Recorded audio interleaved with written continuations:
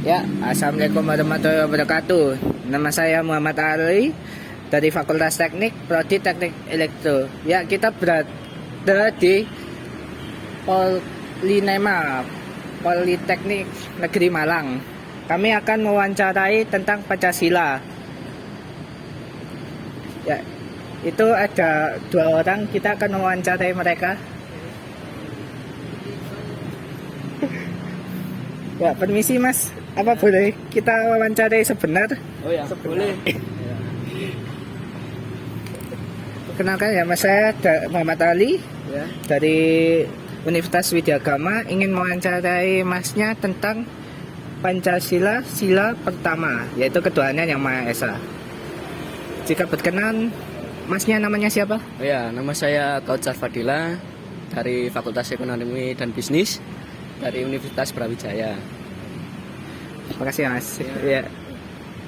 Pertanyaan saya ingin mewawancarai tentang Pancasila sila pertama, yaitu makna dari sila pertama ketuhanan yang Maha Esa. Menurut Masnya makna dari sila pertama ini apa Mas?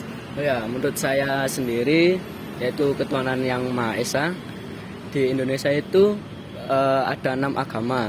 Yang pertama ada Islam, Hindu, Buddha, Kristen, Katolik, serta Konghucu. Itu mereka bebas bisa memilih keyakinan mereka masing-masing. Jadi bisa saling mentoleransi antara agama satu dengan agama yang lain gitu. Kalau lambang sila pertama dari Pancasila, apakah Masnya tahu lambang pertama dari Pancasila? Ya, yaitu gambarnya bintang. Maksud dari lambang Pancasila pertama itu apa Mas? Dari gambar bintang tersendiri itu, gambarnya bintang yaitu ada 5, yang dimana bintang melambangkan ketuhanan kan berada di atas. Habis itu yang dalam bentuk 5 yaitu tadi dalam bentuk keagamaan mereka yang saya sebutkan tadi. Ya. Terus kan, kalau menurut Masnya sendiri nih, contoh penerapan sila pertama itu kalau di masyarakat bagaimana Mas? Oke, kalau di masyarakat sendiri kita bisa mentoleransi antara agama satu dengan agama yang lain. Habis itu mereka juga percaya atas kepercayaan mereka sendiri.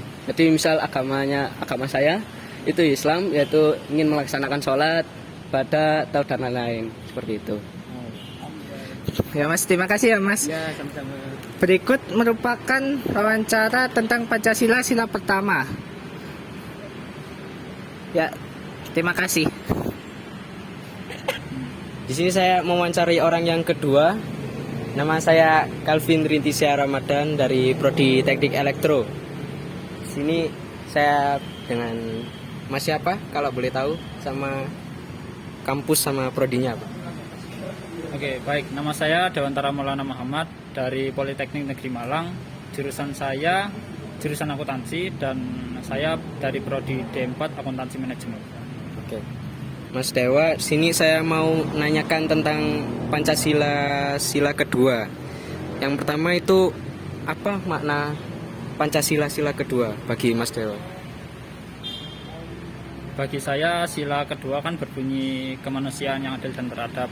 Nah, dari kemanusiaan ini kita bisa mengambil bahwa setiap manusia itu bisa bertoleransi atau memiliki rasa menghargai terhadap orang lain. Jadi seperti tidak membeda-bedakan antara suku, ras, agama atau adat yang dimiliki setiap warga negara Indonesia, seperti itu. Ya. Baik, untuk pertanyaan kedua itu bagaimana sih cara penerapan sila kedua itu dalam kehidupan sehari-hari?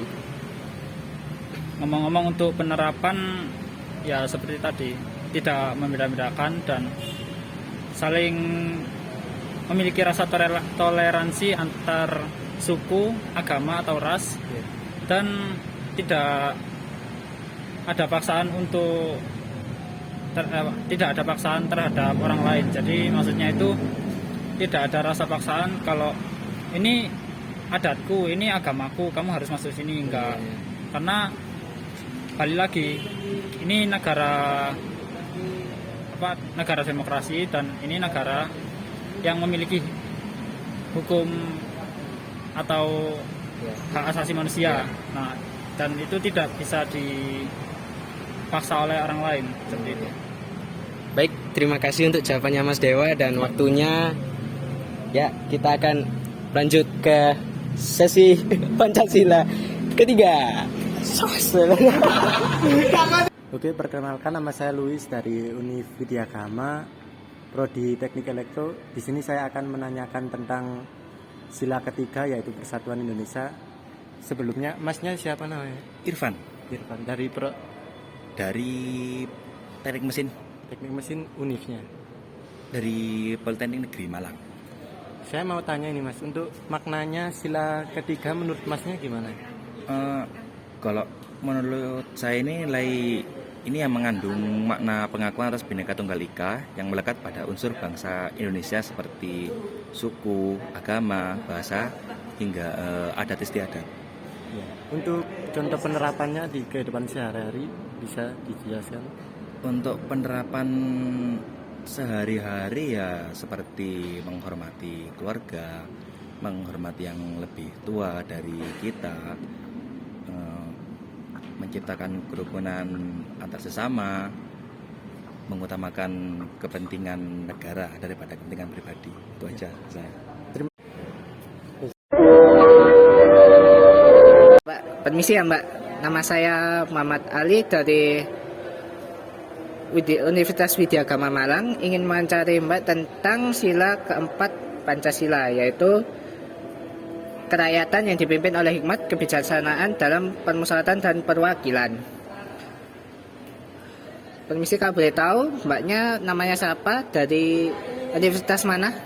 Nama saya Winda Isniatul Farida, biasanya dipanggil Winda, dari Universitas Brawijaya, prodinya manajemen. Terima kasih ya Mbak. Ya, pertanyaan saya ingin menanyakan makna dari sila keempat dari Pancasila. Apakah Mbaknya tahu sila keempat itu berbunyi apa? Sila keempat ya kerakyatan yang dipimpin oleh hikmat kebijaksanaan dalam permusyawaratan dan perwakilan. Untuk maknanya sendiri mungkin ya di mana semua masyarakat di Indonesia itu memiliki hak dan kewajiban yang sama, yaitu kewajiban memiliki bisa hidup dan memiliki hak untuk memilih dan mengungkapkan pendapatnya sih, menurut saya seperti itu. Oke. Mbaknya tahu lambang dari sila keempat atau tidak? Kepala banteng ya. Maksud dari kepala banteng dari Pancasila itu apa Mbak? Mungkin ya kepala banteng kan kayak berani gitu ya. Jadi mungkin dari itu setiap orang Indonesia itu memiliki hak yang sama. Jadi setiap masyarakatnya harus berani untuk mengungkapkan tentang apa ya kayak pendapatnya agar dapat mencapai mufakat gitu loh, musyawarah mufakat akhirnya. Seperti itu sih menurut saya. Oke, kalau menurut Mbak, contoh penerapan sila keempat dari kehidupan bermasyarakat itu apa?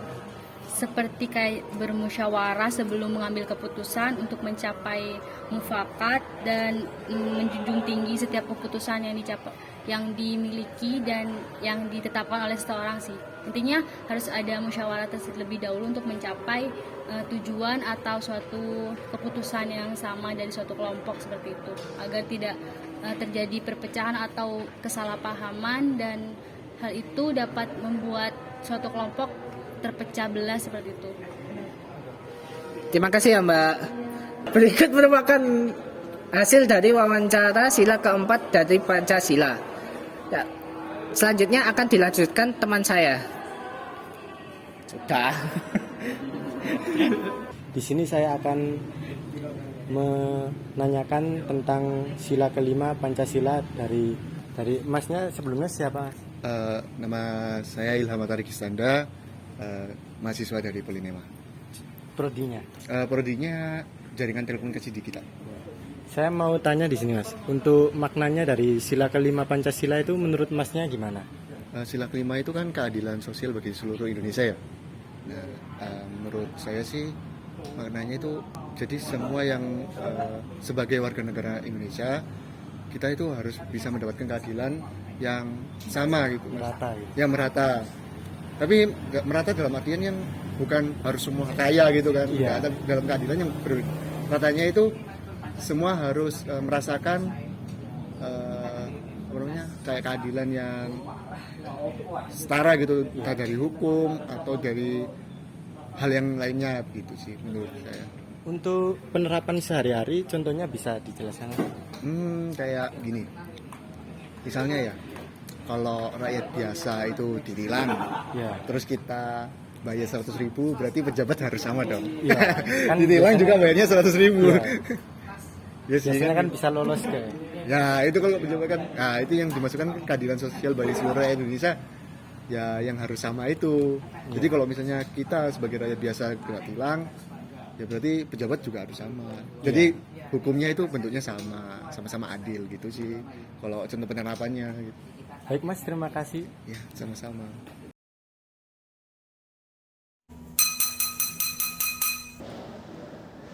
Jadi kesimpulannya dari narasumber yang kami tanya tentang Pancasila dari sila ke-1 sampai ke-5, yaitu pertama sila ke-1 memiliki kesimpulan semua manusia berhak memilih agama dan keyakinannya masing-masing. Sila kedua memiliki kesimpulan yakni kita harus adil dalam memperlakukan orang lain tanpa harus melihat latar belakang mereka. Dari sila ketiga kesimpulannya yang dapat kita ambil, kita sebagai warga negara Indonesia yang memiliki beraneka ragam ras, suku, budaya harus bertoleransi satu sama lain agar tidak terpecah belah. Sila keempat, kesimpulannya mengenai sila keempat yakni kita sebagai warga negara Indonesia harus bermusyawarah terlebih dahulu untuk menyelesaikan masalah karena negara kita negara demokrasi. Yang terakhir sila kelima kesimpulannya yakni keadilan di negara kita harus lebih ditingkatkan lagi agar masyarakat dapat keadilan yang merata. Baik, itu kesimpulan yang dapat kami ambil dari beberapa narasumber yang kami wawancarai. Sekian, terima kasih. Wassalamualaikum warahmatullahi wabarakatuh. Elektro Jos.